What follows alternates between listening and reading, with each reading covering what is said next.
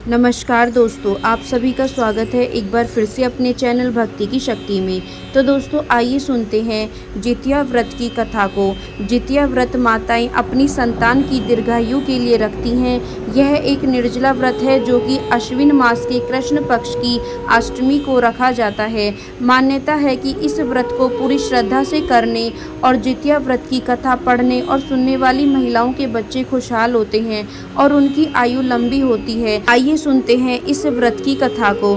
एक बार नैमिषारण्य के निवासी ऋषियों ने संसार के कल्याणार्थ सूत जी से पूछा, हे सूत, कराल कलिकाल में लोगों के बालक किस तरह दीर्घायु होंगे, सो कहिए।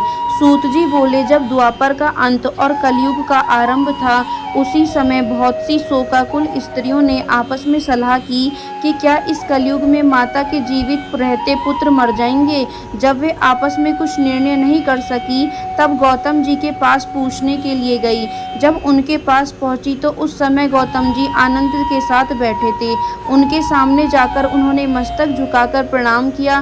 तदंतर स्त्रियों ने पूछा, हे प्रभु, इस कलयुग में लोगों के पुत्र किस तरह जीवित रहेंगे, इसके लिए कोई व्रत या तप हमें बताइए।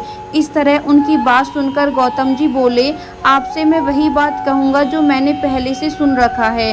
गौतम जी ने कहा, जब महाभारत युद्ध का अंत हो गया और द्रोण पुत्र अश्वत्थामा के द्वारा अपने बेटों को मरा देखकर सब पांडव बड़े दुखी हुए, तो पुत्र के शोक से व्याकुल होकर द्रौपदी अपनी सखियों के साथ ब्राह्मण श्रेष्ठ धौम्य के पास गई और उसने धौम्य से कहा, हे विप्रेंद्र, कौन सा उपाय करने से बच्चे दीर्घायु हो सकते हैं, कृपया करके ठीक ठीक कहिए। धौम्य बोले, सतयुग में सत्य वचन बोलने वाला, सत्य आचरण करने वाला समदर्शी जीमूत वाहन नामक एक राजा था।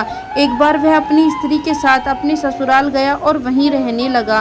एक दिन आधी रात के समय पुत्र के शोक से व्याकुल को स्त्री रोने लगी, क्योंकि वह अपने बेटे के दर्शन से निराश हो चुकी थी। उसका पुत्र मर चुका था। वह रोती हुई कहती थी, हाय मुझ बूढ़ी माता के सामने मेरा बेटा मरा जा रहा है।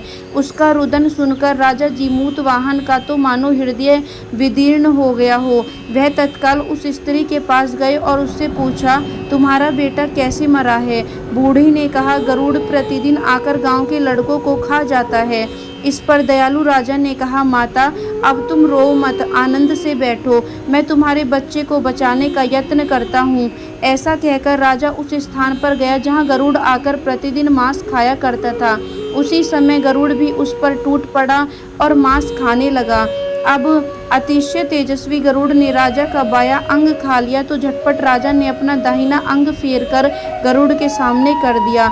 यह देखकर गरुड़ जी ने कहा, तुम कोई देवता हो, कौन हो, तुम मनुष्य तो नहीं जान पड़ते। अच्छा, अपना जन्म और कुल बताओ। पीड़ा से व्याकुल मन वाले राजा ने कहा, हे पक्षीराज, इस तरह के प्रश्न करना व्यर्थ है, तुम अपनी इच्छा भर के मेरा मांस खाओ। यह सुनकर गरुड़ रुक गए और बड़े आदर से राजा के जन्म और कुल की बात पूछने लगे। राजा ने कहा, मेरी माता का नाम है शेव्या और मेरे पिता का नाम है शालिवाहन है। सूर्य वंश में मेरा जन्म हुआ है और जीमूत वाहन मेरा नाम है। राजा की दयालुता देखकर गरुड़ ने कहा, हे महाभाग, तुम्हारे मन में जो अभिलाषा हो वह वर मांगो। राजा ने कहा, हे पक्षीराज, यदि आप मुझे वर दे रही हैं तो वर दीजिए कि आपने अब तक जिन प्राणियों को खाया है वे सब जीवित हो जाएं। हे स्वामिन, अब से आप यहाँ बालकों को ना खाएं और कोई ऐसा उपाय करें कि जहाँ जो उत्पन्न हो वे लोग बहुत दिनों तक जीवित रहें। धौम्य ने कहा कि पक्षीराज, गरुड़ राजा को वरदान देकर स्वयं अमृत लाने के लिए नागलोक चले गए। वहाँ से अमृत लाकर उन्होंने उन मरे मनुष्यों की हड्डियों पर बरसाया। ऐसा करने से सब लोग जीवित हो गए जिनको पहले गरुड़ ने खाया था। राजा के त्याग और गरुड़ की कृपा से वहाँ वालों का बहुत कष्ट दूर हो गया। उस समय राजा के शरीर की शोभा दूनी हो गई थी।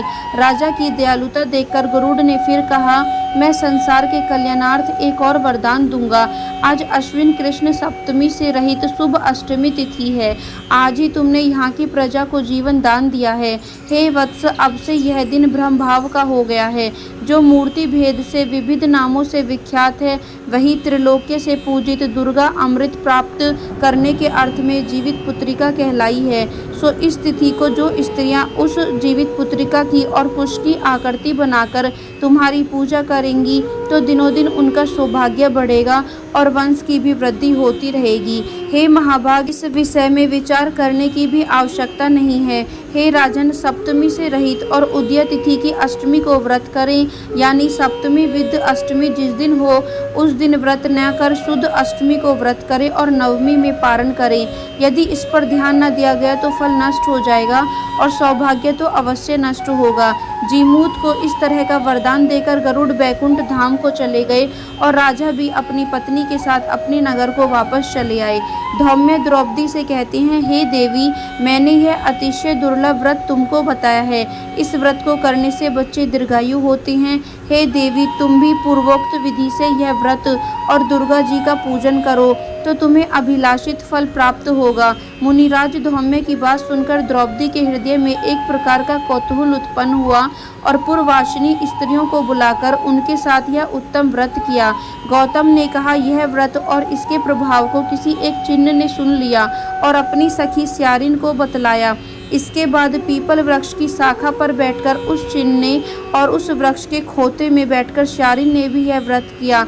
फिर वही चिन्ही किसी उत्तम ब्राह्मण के मुंह से यह कथा सुनाई और पीपल के खोते में बैठी हुई अपनी सखी को सुनाई। स्यारिन ने आधी कथा सुनी थी कि उसे भूख लग गई और उसी समय शव से भरे हुए शमशान में पहुंची। वहां उसने इच्छा भर मांस का भोजन किया और चिन्ही बिना कुछ खाए पिए रह गई और सवेरा हो गया। सवेरे वह गौशाले में गई और वहां गाय का दूध पिया। इस तरह नवमी को उसने पारण किया। कुछ दिनों बाद वे दोनों मर गई और अयोध्या में किसी धनी व्यापारी के घर में जन्मी। संयोग से उन दोनों का जन्म एक ही घर में हुआ, जिसमें स्यारिन ज्येष्ठ हुई और चिन्ह छोटी। वे दोनों सभी शुभ लक्षणों से युक्त थी, इसलिए बड़ी लड़की काशीराज के और छोटी उसके मंत्री के साथ गृहपात्य अग्नि के सामने विधि पूर्वक ब्याही गई।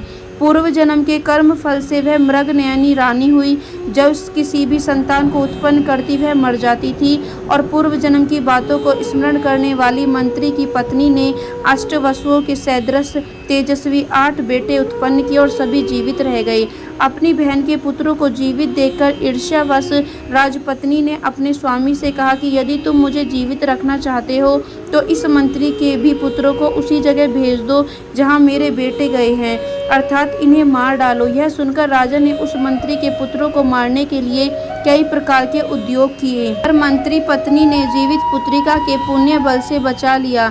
एक दिन राजा ने अपने आदमियों से उन पुत्रों का सिर कटवाकर पिटारी में रखवाया और वह पिटारी उनकी माता के पास भेज दिया, किंतु वे 8 सिर बेशकीमती ज्वारात हो गए और भले चंगे वे 8 लड़के अपनी माता के पास वापस चले गए। उनको जीवित देखकर राजपत्नी को बड़ा विस्मय हुआ। अंत में वह मंत्री की पत्नी के पास आई और उनसे पूछा, बहन, तुमने ऐसा कौन सा पुण्य किया है जिससे बार बार मारे जाने पर भी तुम्हारे बेटे नहीं मरते?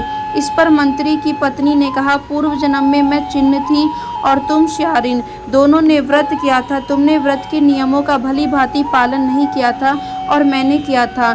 इसी दोष से हे बहन, तुम्हारे बेटे नहीं जीते हैं। ओ राजरानी, अब भी तुम उस जीवित पुत्री का व्रत को करो तो तुम्हारे बेटे दीर्घायु होंगे। मैं तुमसे सच सच कह रही हूँ। उसको कथानुसार रानी ने व्रत किया, तभी से उसके कई बेटे सुंदर और दीर्घायु होकर बड़े बड़े राजा हुए। सूत जी कहते हैं कि सब प्रकार का आनंद देने वाला मैंने यह दिव्य व्रत बतलाया है। स्त्रियां चिरंजीवी संतान चाहती हों तो विधि पूर्वक यह व्रत करें। तो दोस्तों, यह थी जितिया व्रत की कथा। यदि वीडियो आपको पसंद आई हो तो चैनल को सब्सक्राइब करना बिल्कुल ना भूलें और वीडियो को लाइक एंड शेयर ज़रूर करें।